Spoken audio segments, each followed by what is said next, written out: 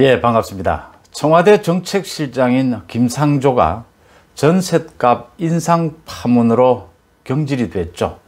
이 일을 계기로 문재인 대통령을 비롯해서 문재인 정부의 주요 인사들 그리고 청와대 주요 수석들의 그 부동산 투기가 연일 도마 위에 올랐습니다.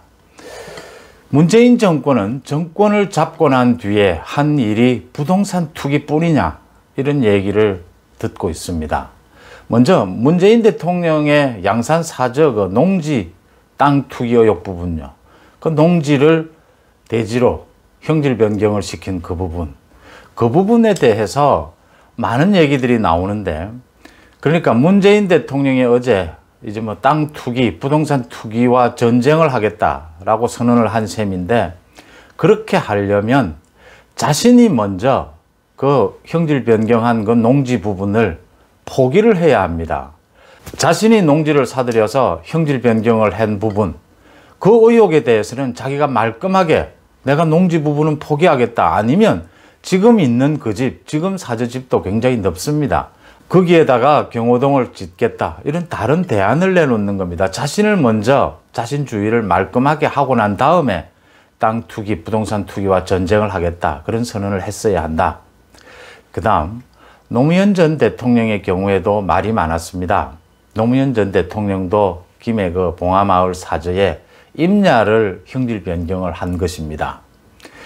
노무현 전 대통령의 그 사저, 김해 봉하마을 사저 부분에 대해서 아방궁 논란, 뭐 화려해서 아방궁이다 하는 논란은 잘못된 거지만, 그 아방궁 논란이 시작이 어떻게 해서 임야를 형질 변경하느냐, 임야를 형질 변경까지 하면서 1300평, 1400평이라는 그런 땅이 필요하냐, 아무리 그 경호동에 있다 하더라도 그 이야기였습니다.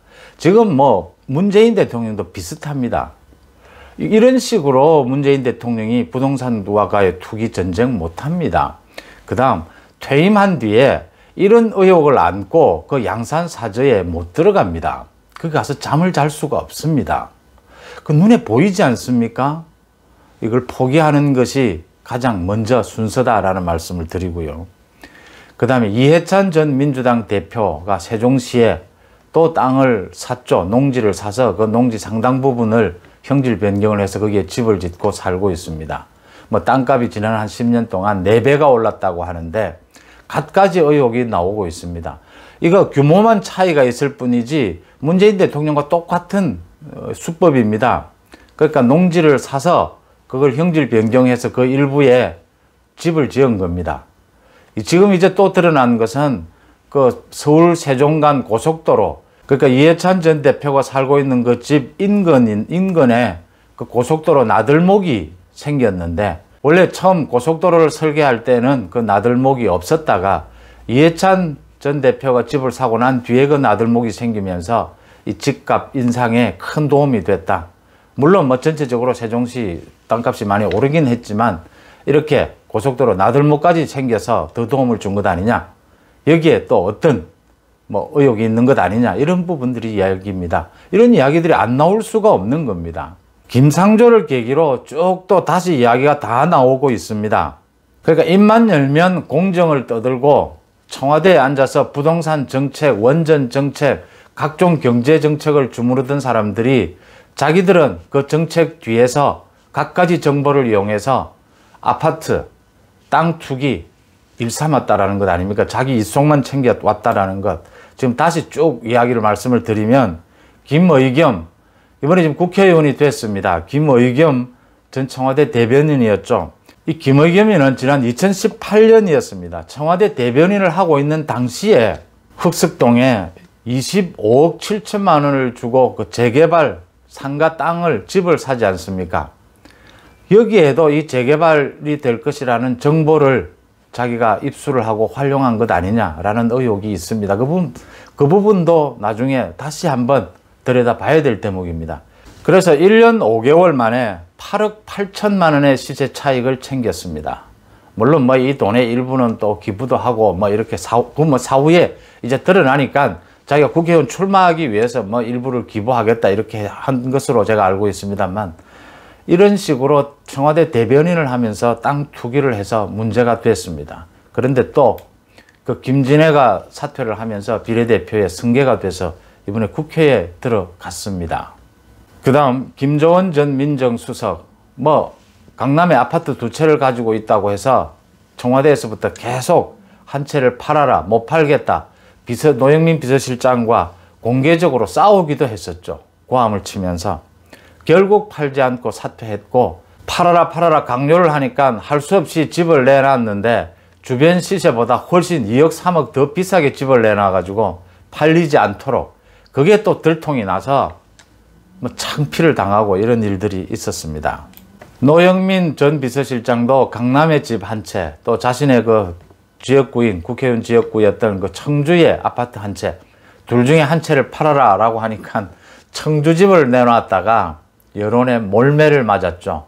그래서 또 청주집도 아파트도 팔고 강남 아파트도 팔았는데 아시다시피 7억 8억이 되는 차익을 남겼다 해서 또 논란이 됐습니다. 이해찬 전 민주당 대표가 한 유튜브에 나와서 그런 이야기를 했죠. 이 정권이 지금 윗물은 맑은데 아랫물이 아직도 좀 탁하다. 제가 보기에는 아랫물은 맑습니다. 지금 윗물이 문제입니다. 이해찬 자신과 문재인 대통령을 비롯해서 청와대 수석들, 고위공직자, 장차관, 지금 민주당 국회의원들 계속해서 지금 비리 의혹들이 나오고 있지 않습니까? 땅 투기 의혹들이. 정권을 잡고 겉으로는 적폐청산을 외치면서 뒤로는 자신들의 부동산 투기만을 일삼았다. 속속 드러나고 있는 겁니다. 다시 한번 강조드리지만 문재인 대통령, 이해찬 전 대표, 자신의 땅부터 정리를 하십시오. 자신의 땅들부터 정리를 하고 난 다음에 투기와의 전쟁을 하든지 어쩌든지 해야 될 일이다.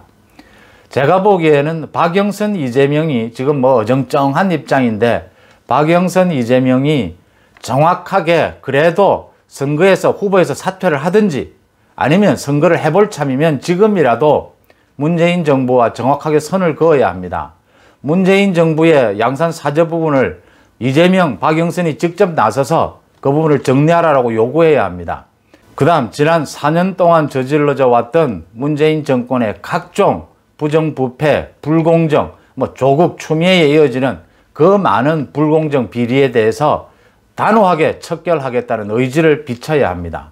제가 이재명, 박영선에 대해서 이렇게 충고할 그런 여유는 없지만 최소한 그 정도는 해야 이번 보궐선거에 그래도 후보로 뛸 수는 있다. 그러지 않으면 박영선은 후보에서 사퇴하는 것이 맞다. 저는 그렇게 봅니다. 고맙습니다.